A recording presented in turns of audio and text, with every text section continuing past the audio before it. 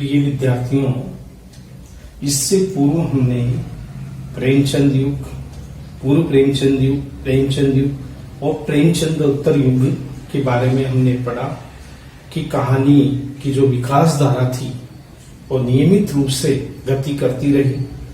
अंत में हमारा जो चौथा कालक्रम आता है वो है स्वतंत्र उत्तर हिंदी कहानी युग, जो 1947 से माना जाता है।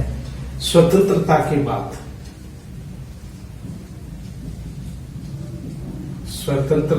बाद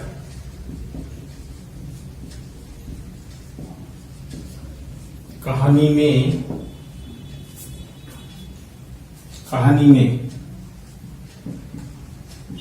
आम आदमी के सपने,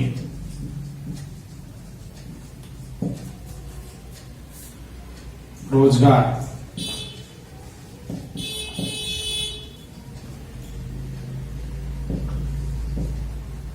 शिक्षा,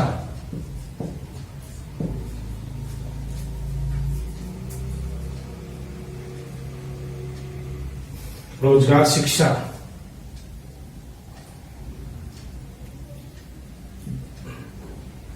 अनेक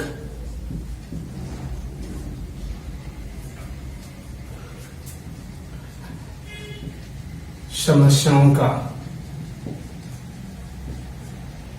समाधान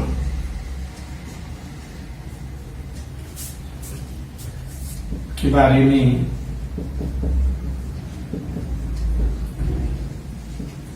लोग विचार करने लगे।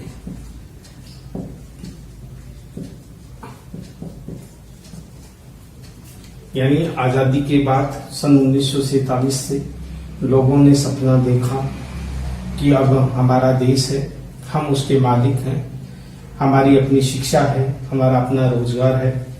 लोगों ने मन में सपने पाल लिए थे और देखा था कि अब हमारी अनेक जितनी भी समस्याएं हैं उन समस्याओं का समाधान होगा, क्योंकि अंग्रेज हिंदुस्तान छोड़ करके अपने देश चले गए।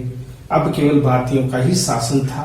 आजादी के पश्चात कहानी युग धारा में किस तरह का परिवर्तन आया ये हम देख सकते हैं कि बहुत सारी समस्याएं थी, जिसमें रोजगार की समस्याएं थी, जिसमें शिक्षा की समस्या थी, जिसमें आपकी जो भी किसानों की समस्याएं थी। आम आदमी की पीड़ा को इस कहानी युग में दर्शाया गया है। स्वतंत्रता के बाद हमने सपने देखे कि अब सबके पास में छत होगी, रहने के लिए मकान होगा, झोपड़ों के स्थान पर बड़े बड़े पक्के मकान होंगे, क्योंकि और अब किसी व्यक्ति का शोषण नहीं होगा, शोषण का समाधान होगा। इस तरह की कल्पनाएं इस युग धारा में की गई थी। कहानियां लिखी गई, कहानियां भी आम आदमी की समस्याओं पर आधारित थी। तो ये स्वतंत्र उत्तर युग की कहानियां हैं जो आजादी के बाद में लोगों ने जो विचार किया, जो सोचा, उसी की सच्ची दास्तान प्रस्तुत करने वाली ये स्वतंत्र उत्तर युग की कहानियां हैं। और देखिए, जिसे हम कह सकते हैं कि ये युग महत्वपूर्ण युग है।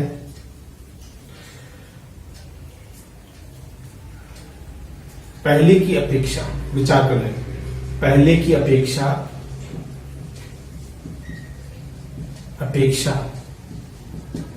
अब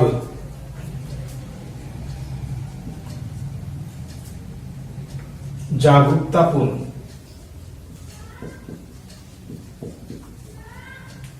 कहानियां लिखी जाने लगी। कहानियां लिखी जाने लगी।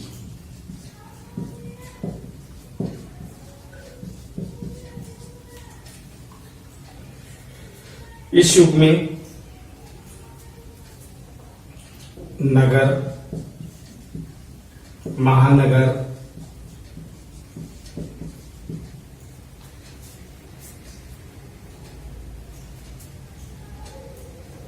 नगर, महानगर, ग्राम, सबके जीवन से जुड़ी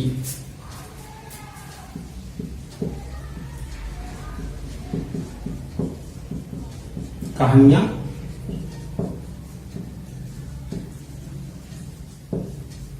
देखने को मिलती है। हम देखते हैं कि नगर की समस्या है, महानगर की समस्या है, ग्राम की समस्या है, सबके जीवन से जुड़ी हुई कहानियां देखने को मिलती है। ये युग था स्वतंत्रोत्तर का युग। अब देखते हैं इस युग के प्रमुख कहानीकार हैं। इस युग के प्रमुख कहानीकार हैं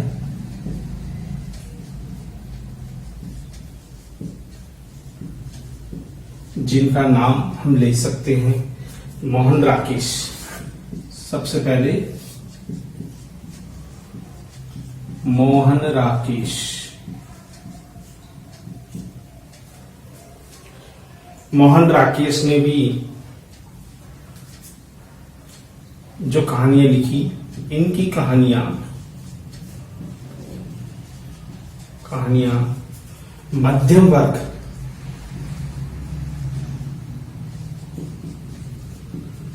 तथा स्त्री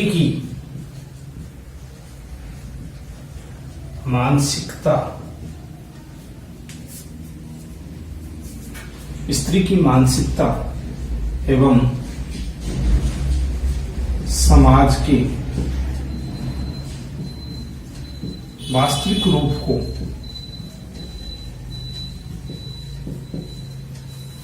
दर्शाने वाली कहानियां हैं।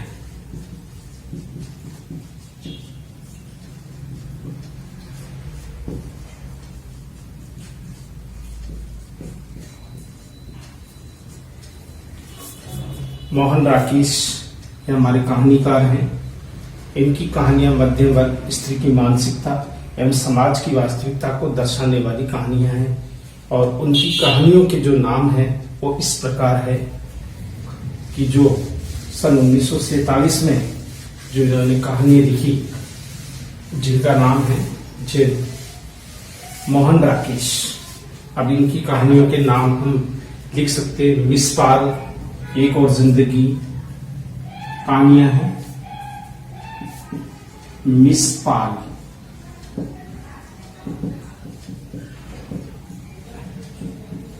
एक और जिंदगी, एक और जिंदगी। जो कहानियां हैं नए बादल,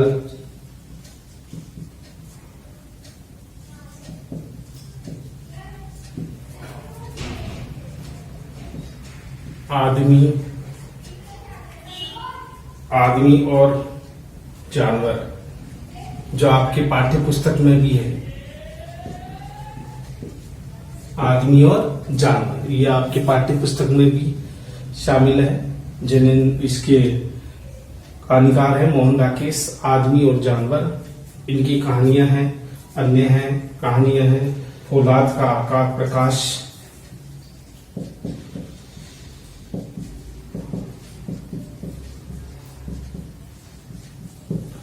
फौलाद का प्रकाश, इंसान के खंडहर,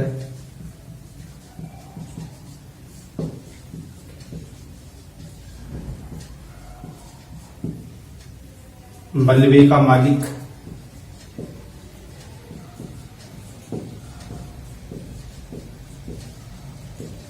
जो आपकी पाठ्य पुस्तक में भी मलबे का,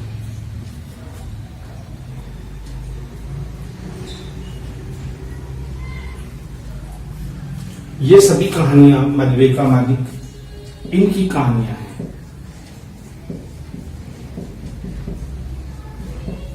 इनकी कहानियां ये सभी मोहन राकेश की कहानियां हैं, जिसमें मिसपाल, एक और जिंदगी, नए बादल, आदमी और जानवर, फौलाद का प्रकाश, इंसान की खंडहर, मलबे का मालिक इनकी प्रमुख कहानियां हैं। इसके अलावा इनकी कहानियों में अगला जो हमारा कहानीकार है वह निर्मल वर्मा।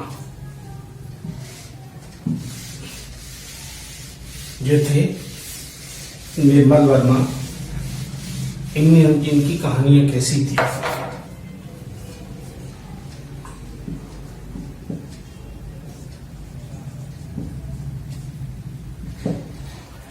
निर्मल वर्मा, इनकी कहानियां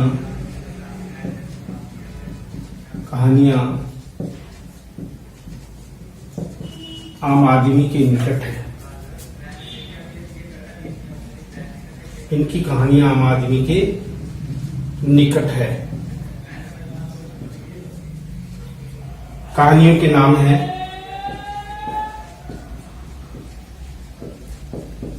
कहानियों के नाम हैं जो निर्मल वर्मा ने लिखी है। उन कहानियों के नाम है लंदन की एक रात, लंदन की एक रात, फिर परिंदे,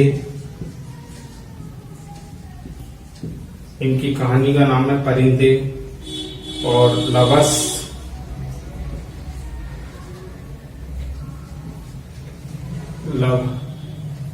लवस। इसके अलावा इन्होंने कहानी लिखी कुत्ते की मौत, कुत्ते की मौत, पिछली गर्मियों में,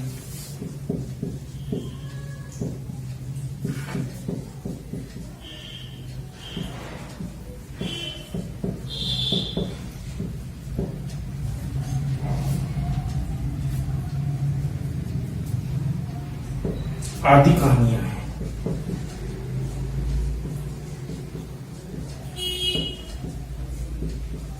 ये निर्मल वर्मा हैं जिन्होंने काफी अच्छी कहानियां लिखी हैं। इनकी प्रमुख कहानियों में आम आदमी के निकट की कहानियां हैं। लंदन की एक रात, परिंदे, लवर्स, कुत्ते की मौत, पिछली गर्मियों में, ये आदि इनकी कहानियां हैं। इन सभी कहानियों में स्वतंत्रता के बाद यानी स्वतंत्रता के बाद की मानसिकता को और उनकी दास्तान को बताया जाता है। अगले हमारे कहानीकार हैं उषा प्रियमंदा, जो स्वतंत्र उषा प्रियमंदा।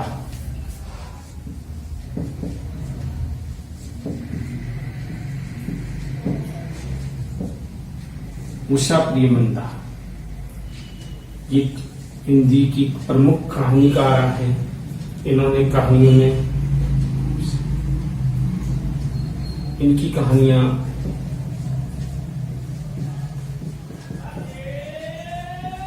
कहानियों में वर्तमान समाज की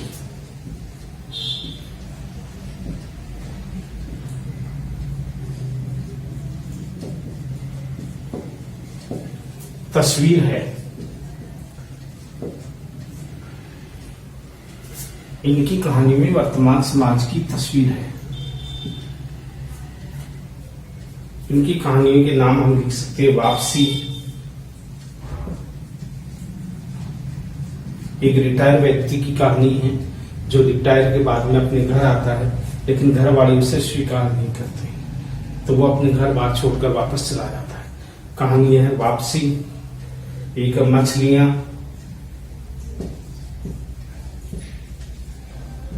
मछलियां, उसके बाद में जो जिंदगी और गुलाब की फूल,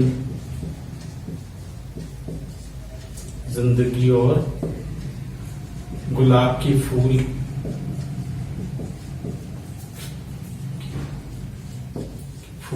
जिंदगी और गुलाब के फूल।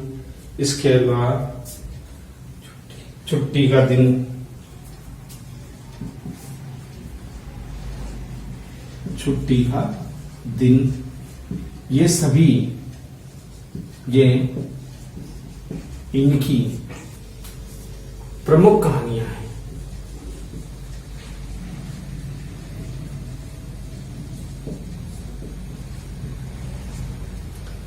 ये उषा प्रियमंदा हैं जो आजादी के बाद में स्वतंत्रता पर के बाद में कहानियां लिखी है। ये सब इनकी कहानियां हैं। इसके बाद में आता है मन्नू भंडारी, जो एक मुख्य कहानीकार हैं। स्वतंत्रता के बाद में अच्छी कहानियां लिखने वाले एक प्रमुख कहानीकार हैं, जिनका नाम है मन्नू भंडारी।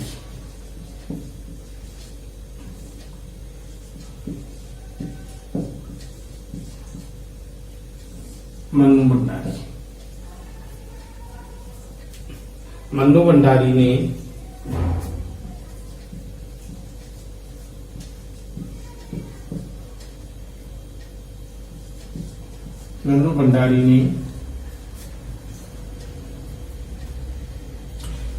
स्त्री स्वतंत्रता,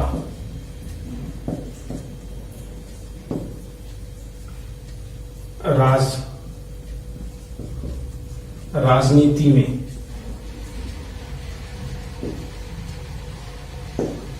व्याप्त भ्रष्टाचार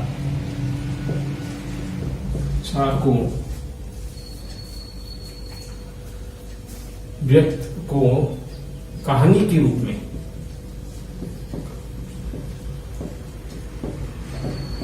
सामने रखा है।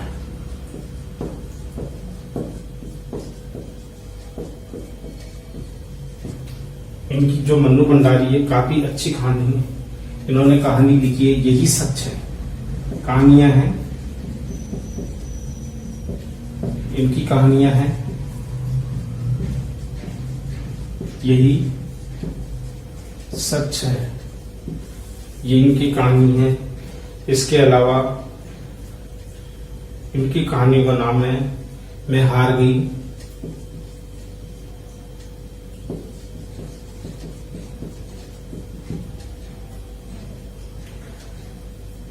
तीन निगाहों की तस्वीर,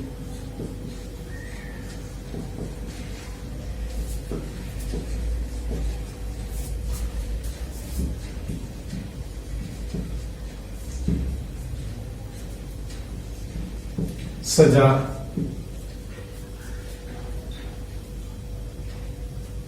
अलगाव,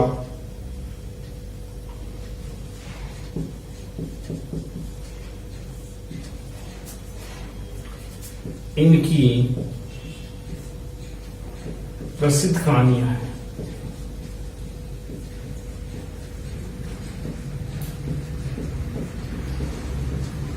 देखिए, मन्नू भंडारी स्त्री स्वतंत्रता, राजनीति में व्याप्त भ्रष्टाचार को कहानी के रूप में सामने रखा है। इनकी कहानियां यही सच है, मैं हार गई, तीन निगाहों की तस्वीर, सजा, अलगाव इनकी प्रसिद्ध कहानियां जो स्वतंत्रता के बाद की स्थिति का व्याख्यान करती है, बताती है कि स्वतंत्रता के बाद में समाज में किस तरह का परिवर्तन आया, किस तरह से उसका रूप बदला। अगला हमारा कहानीकार है मन्नू भंडारी के पश्चात ये सभी स्वतंत्रता के बाद के कहानीकार हैं, जिन्होंने प्रेमचंद जी के बाद में या प्रेमचंद्रोत्तर युग के बाद में कहानी को एक नई दिशा और दशा प्रदान की। तो इस प्रकार अगला हमारा कहानीकार है, उनका नाम है भीष्म साहनी।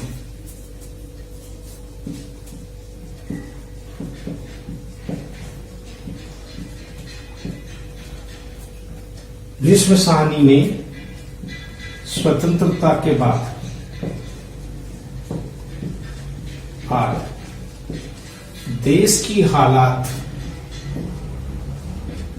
देश के हालातों का बयान करने वाली,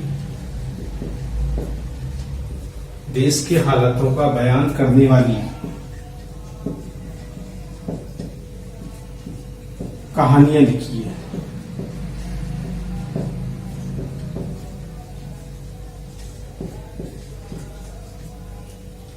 भीष्म साहनी एक प्रमुख स्वतंत्रता के बाद में लिखी जाने वाली इनकी प्रमुख कहानियां हैं और इनकी कहानियों के नाम है चीफ की दावत और इंद्रजाल। कहानियों के नाम है चीफ की दावत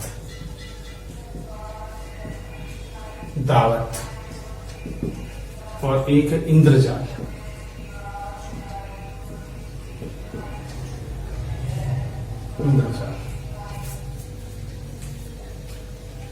ये इनकी प्रमुख कहानियां हैं। इसके अलावा इनकी कहानियों में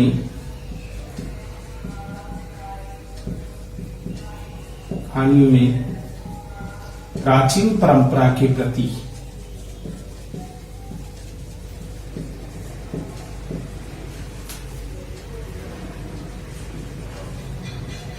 गहरी संवेदना है।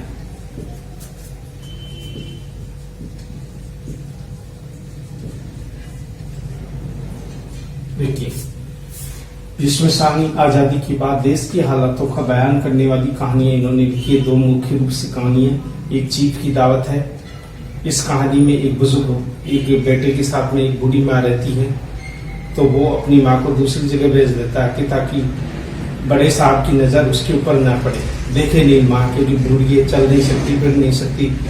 इसलिए वो जब माँ को चीफ घर पे आता है दावत देते हैं, तो उस समय उसकी माँ के ऊपर नजर पड़ जाती है। तो वह चीफ वह अपनी माँ की तरह ही उसके साथ व्यवहार करने लगता है। ये देख करके उसे बड़ा आश्चर्य होता है और ये सोचता है कि चीफ की दावत, वो ये समझता है कि ये जो मुझे प्रमोशन मिला है, बाद में उसे पता चलता है कि केवल माँ की वजह से ही ये प्रमोशन मिला है, क्योंकि साहब खुश थे माँ को देख करके।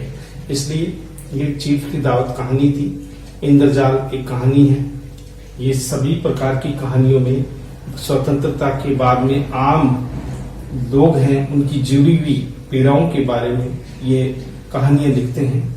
इसके बाद में हमारे अगले कहानीकार हैं, उनका नाम है राजेंद्र यादव।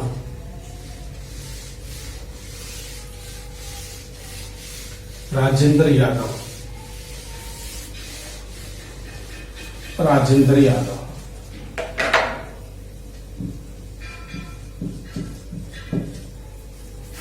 हमारे कहानीकार हैं राजेंद्र यादव। ये प्रमुख कहानीकार हैं।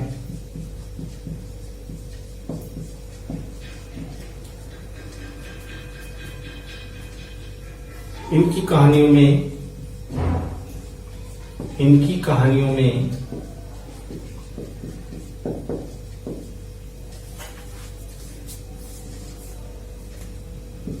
स्वतंत्रता के बाद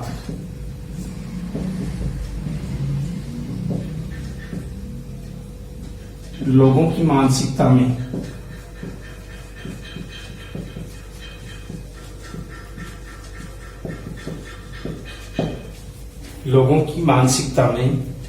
आए परिवर्तन को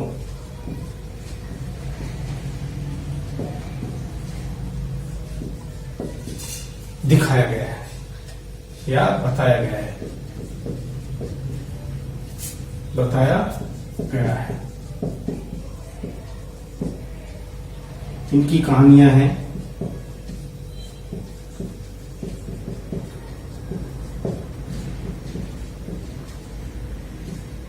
जिनके हम नाम इस प्रकार ले सकते: प्रतीक्षा टूटना, प्रतीक्षा टूटना, जहां लक्ष्मी कैद है,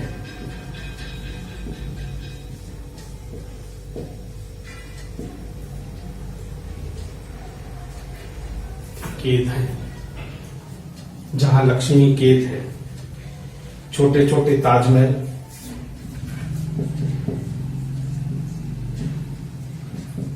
छोटे छोटे ताजमहल,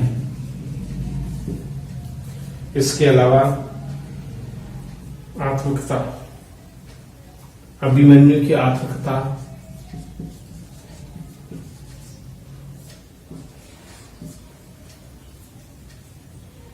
अभिमन्यु,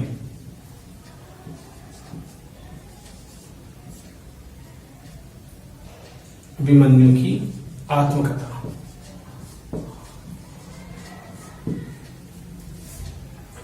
किनारे तक कहानी का नाम है। इनकी प्रमुख कहानियां हैं।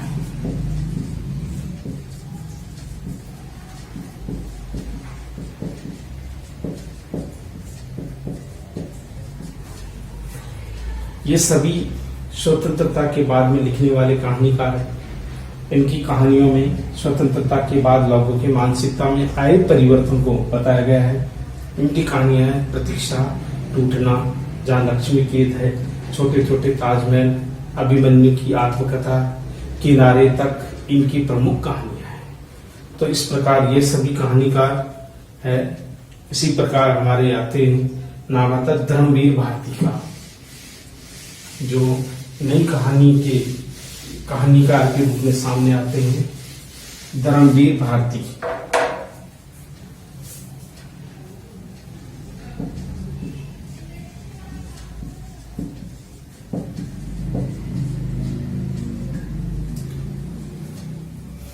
स्वतंत्रता के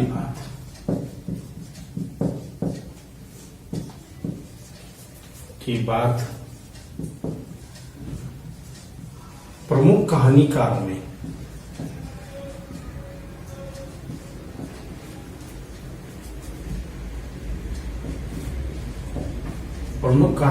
में इनका नाम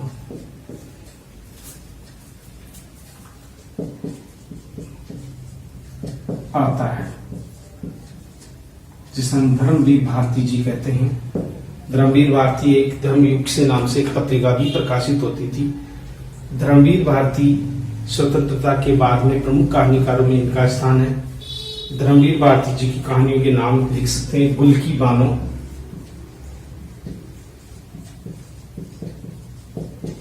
गुल की बानो, इसके अलावा सावित्री नंबर, सावित्री नंबर 2,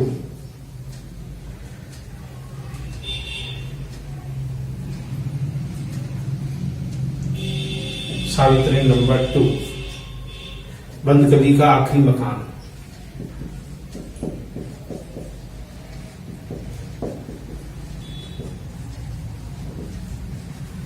बंद गली का आखिरी मकान, ये सब इनकी कहानियां हैं।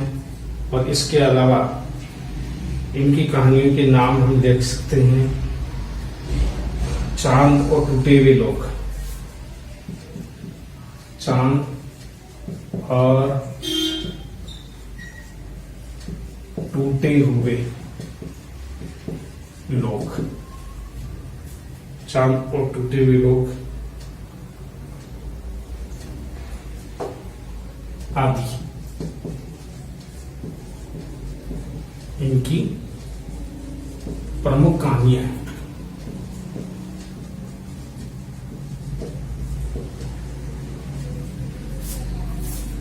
स्वतंत्रता के बाद प्रमुख कहानीकारों में इनका नाम आता है। इनकी कहानियां हैं गुल की बानो, सावित्री नंबर 2, गली बंद गली का आखिरी मकान, चांद और टूटे हुए लोग आदि इनकी प्रमुख कहानियां हैं। तो इसी प्रकार इनकी कहानियों में नाम आता है अगले कहानीकार, जो स्वतंत्र उत्तर युग के प्रमुख कहानीकारों में नाम आता है। उनका नाम आता है अमरकांत।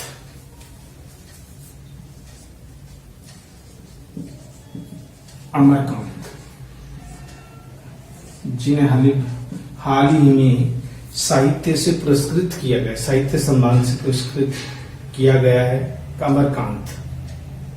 और इन्हें शायद जो सबसे बड़ा हिंदी साहित्य का पुरस्कार है वह पुरस्कार भी दिया गया है, जो अमरकांत को का प्रमुख कहानीकारों में लाते हैं।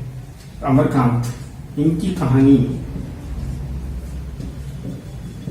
में आम आदमी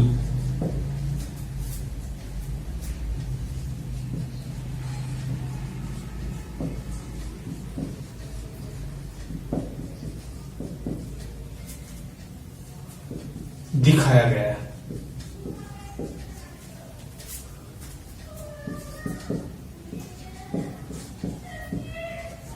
मध्यम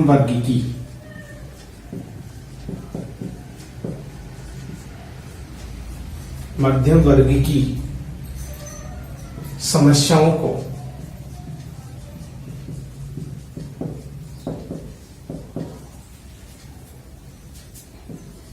इनकी कहानी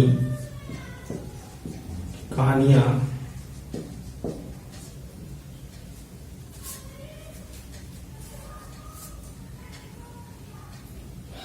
समस्याओं इनकी कहानियां मध्यम वर्ग की समस्याओं की इनकी कहानियां विचार व्यक्त करती है, विचार प्रकट करती है। इनकी कहानियां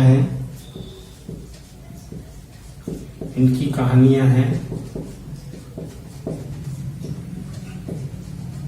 जिसे हम कह सकते हैं दोपहर का भोजन।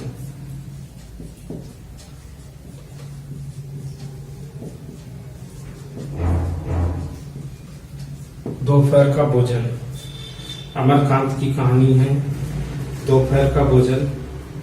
इसके अलावा अमरकांत ने लिखी है डिप्टी कलेक्टरी,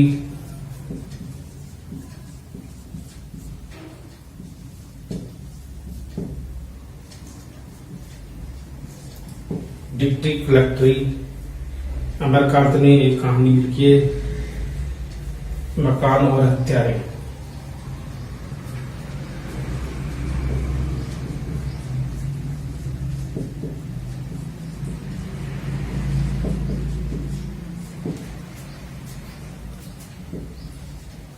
इनकी प्रसिद्ध कहानियां हैं।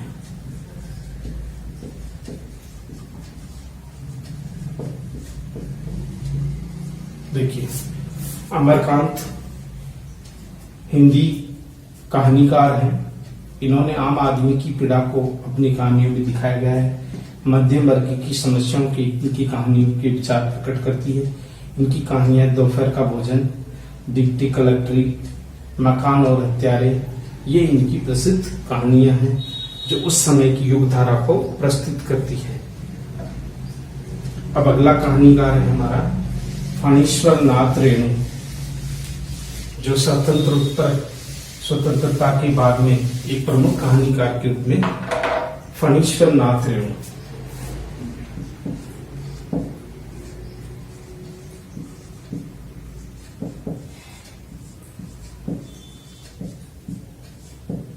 फणीश्वर नाथ रेणु,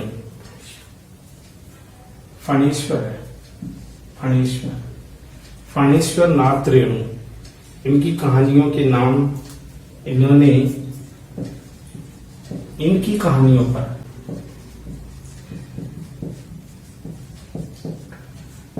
पर फिल्मों का निर्माण भी हुआ है।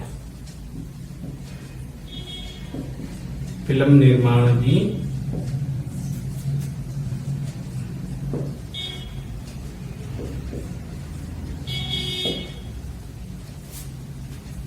फणीश्वर नाथ रेणु एक प्रमुख कहानीकार हैं।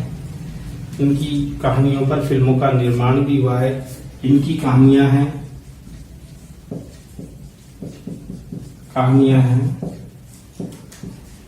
जिनका नाम है, कहानियों के नाम हम ले सकते हैं। इनकी कहानियों का नाम है तीसरी कसम, जो राज कपूर ने इस फिल्म का निर्माण किया था। इसके अलावा इन्होंने अग्निखोर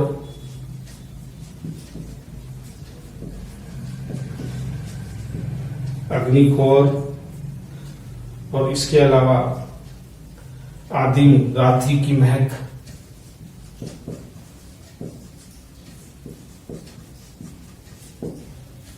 आदिम रात्रि की महक, इसके अलावा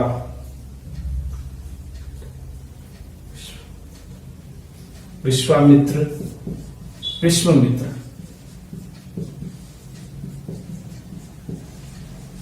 इनकी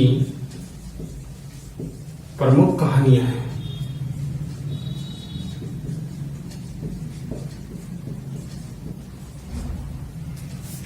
फणीश्वर नाथ रेणु,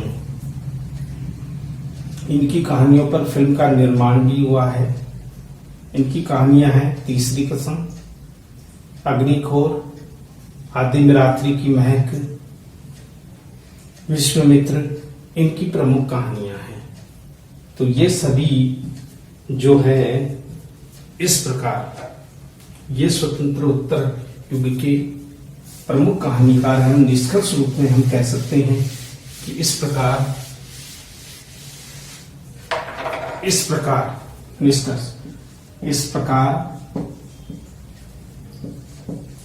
प्रकार हम कह सकते हैं कि वर्तमान युग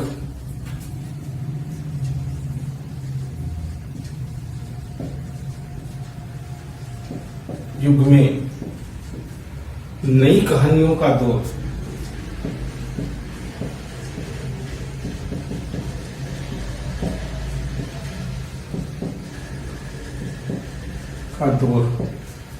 शुरू हो चुका है।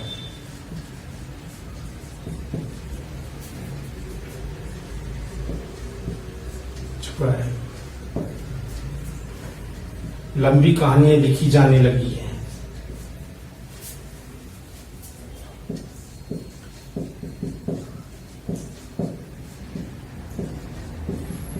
लिखी जाने लगी है,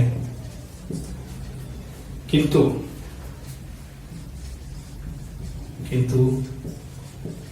इस युग तक कहानी का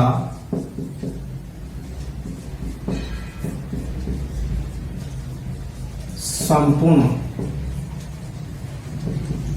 विकास हो चुका था। अब भी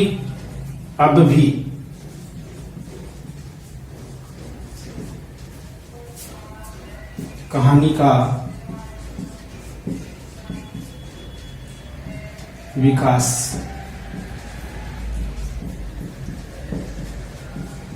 जारी है। तो इस प्रकार हम ये कह सकते हैं कि प्रेमचंद